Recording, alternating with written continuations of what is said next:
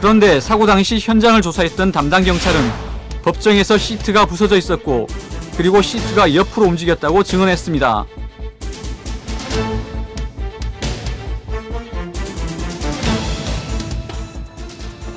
바로 이런 이유 때문에 남편 최 씨는 자동차 회사가 차체 결함에 의한 사고를 피하기 위해 자신들 몰래 차량을 고쳐놨다고 믿고 있습니다.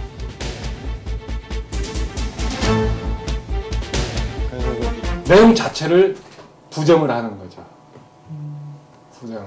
전혀 자기들은 세계 최고 품질을 보증하는데 그런 일이 있을 수 없다 이거죠. 근데 그건 불가능하거든요. 100만 개 만들면은 100만 개가 다 완전하라는 법은 없거든요. 이 세상에 완전한 것은 존재치 않으니까. 최 씨의 하루는 아내의 대소변을 받아내는 것으로 시작됩니다. 이런 어려운 현실에서도 그는 자신이 찾아낸 의혹들을 공인기관의 의뢰에 검증을 받아보고 싶다고 했습니다. 그러나 엄청난 비용 때문에 엄두도 내지 못한다며 안타까워했습니다. 아마 제가 이 사건을 일반 변호사한테 의뢰를 했었으면은 상당히 힘들었을 거예요. 왜냐하면 과학적인 사실은 모르니까. 그렇지만은 제가 생각하기에는 저가 충분히 할 수 있고 당연히 해야 된다고 생각을 하죠.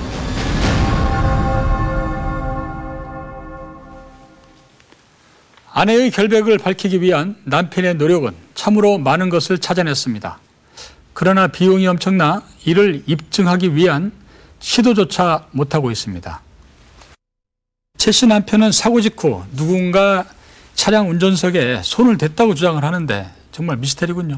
경찰 기록에도 사고 당시 분명히 운전석이 부서졌다고 돼 있는데 법원에 제출한 의자는 이상이 없었습니다. 바로 이 점에 대해 최 씨 부부는 증거 조작의 의혹을 강하게 주장하고 있는 것입니다.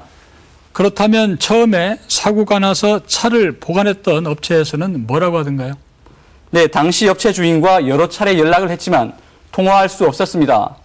사고 당시 최 씨를 구조했던 담당 경찰 역시 재판 중인 사건이라 말할 수 없다며 인터뷰를 거절했습니다. 결국 1심 재판에서는 최 씨 부부가 패소를 하지 않았습니까? 그렇다면 1심 재판에서는 이런 전반적인 의혹들에 대해서 문제 제기가 없었던 겁니까? 네, 사고 직후 변호사를 선임했는데 에어백 결함이 승소할 가능성이 높고 차체 결함은 입증이 어렵고 비용이 많이 든다며 변호사는 에어백에 대해서만 소송을 제기했습니다. 취재진은 최 씨 부부가 의혹을 제기한 자료들을 국내로 가져와 전문가들에게 검증해 보기로 했습니다.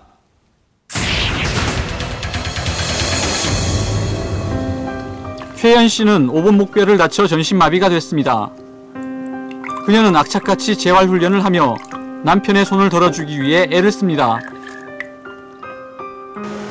취재진은 남편의 주장처럼 최 씨가 목뼈를 다친 것이 에어백 때문인지 알아보기로 했습니다.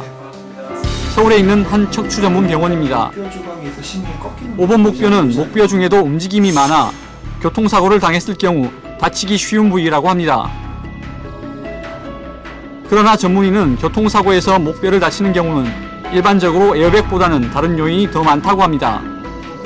우리 일반적으로는 그 안전벨트를 메고 있으니까 이 상체는 이 의자에 고정이 되어 있고 충격 당시 목이 심하게 앞으로 꺾이면서 이 목이 보통 이제 그 회초리처럼 앞뒤로 흔들리게 되거든요. 그때 이제 그 목이 약한 부위에서 골절이나 탈골, 그 뼈가 어긋나는 현상이죠. 교통안전 전문가 역시 목뼈 부상과 에어백 사이의 인과관계를 명확히 밝힌 것은 어렵다고 말합니다. 부위는 굉장히 이렇게 플렉서빌리티가 굉장히 자유로운 부위잖아요. 그래서 에어백을 맞고 다시 리바운딩 되면서 이렇게 뒤로 넘어갈 수는 있어요. 그래서 이제 목 부위에 무슨 뭐 염좌나 자상이 걸리다든지 이럴 가능성은 뭐 없다고 할 수는 없죠. 굳이 에어백이 아니더라도 그 정면 충돌을 하고 나서 뒤로 목이 적혀질 때는 목 부위에 상해를 입을 수 있는 거죠. 그러나 에어백에 의한 사고일 가능성을 제기하는 전문가도 있습니다. 최 씨가 사고를 당한 90년대 중반, 미국에서는 에어백의 과도한 팽창으로 사고를 당한 사례가 빈번히 일어났다고 합니다. 외국의 경우 지금도 나타나고 있고 초기에 90년대 초에 개발됐던 그런 에어백들은 우리나라뿐만 아니라 북미나 유럽 시장에서도 그 전개되는 에어백의 팽창 압력 때문에 실제로 얼굴이 머리 또는 목, 얼굴 등에서 상해를 입는 게 많았고 차량 충돌 시 에어백 작동 실험입니다. 핸들과의 거리가 충분히 유지됐을 경우 충격을 흡수해주지만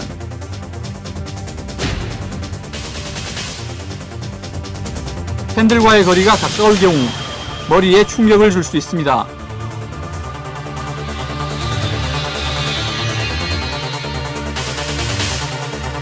그래서 최근에는 목에 충격을 주지 않도록 압력을 낮춘 제품을 사용하고 있습니다.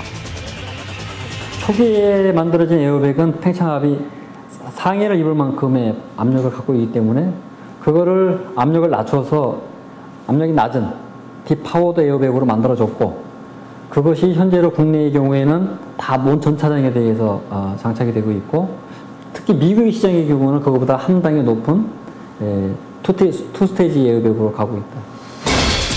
사고 자동차 회사가 당시 법원에 제출한 기록입니다. 이미 에어백의 문제점을 알고 있었던 것으로 확인됐습니다. 그러나 사전 고지했다는 이유로 법원은 책임을 묻지 않았습니다.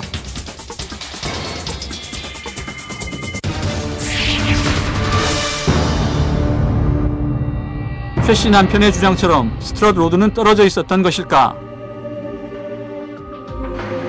취재진은 좀 더 객관적인 검증을 하기 위해 사고 당시 사진이 보관되어 있는 경찰을 찾아갔습니다. 사진은 모두 21장.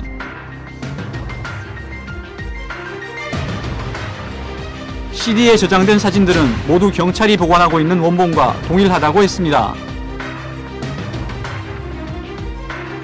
먼저 대학에서 사진학을 가르치는 전문가를 찾아가 어두운 왼쪽 뒷바퀴 부분의 스트럿 로드가 제대로 붙어 있는지 사진 판독을 부탁했습니다. 2, 3분의 간단한 작업을 거치고 결과가 나왔습니다. 황 교수는 최 씨가 보여주었던 사진과 비교해본 결과 동일한 이미지가 나왔다고 했습니다. 그 조금만 확대해서 찍었던 사진 있잖아요. 그렇게까지는 나왔잖아요, 지금. 그럼 이거는 따로 어떻게 뭐 이렇게 그 조작이나 이게 아니라 그냥 원본? 네, 원본 사진에서 지금 전문가가 저렇게 만든 거죠. 그러니까 충분히 이거는 조작이 아니라 거기서 이렇게 채취해낸 거죠. 안 보이는 걸 보일 수 있도록 만든 것 뿐이죠. 그렇다면 사고 당시 차량과 지금 보관되어 있는 차량의 왼쪽 뒷바퀴 축은 같은 지점에 있는 것일까? 사진 분석을 통해 비교해봤습니다. 예, 알겠습니다. 서로 다른 두 사진의 촬영 각도를 서로 비슷하게 조정한 후 뒷바퀴 축으로부터 양쪽 휠하우스 끝까지 거리를 비교해 보았습니다.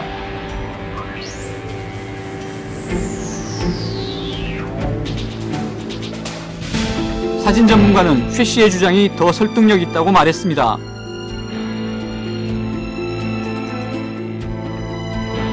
지금 옆에서 정확히 찍은 허브를 정확히 찍은 것 같은 경우는 앞쪽이 약간 더 넓고 뒤쪽이 약간 더 좁은 비율, 그러니까 1.5대 1 정도의 간격을 유지를 하는데 지금 갖고 오신 그 파일 같은 경우는 한 4대 1 정도의 비율을 유지를 하거든요. 그러니까 앞이 한 4고 뒤가 1 정도.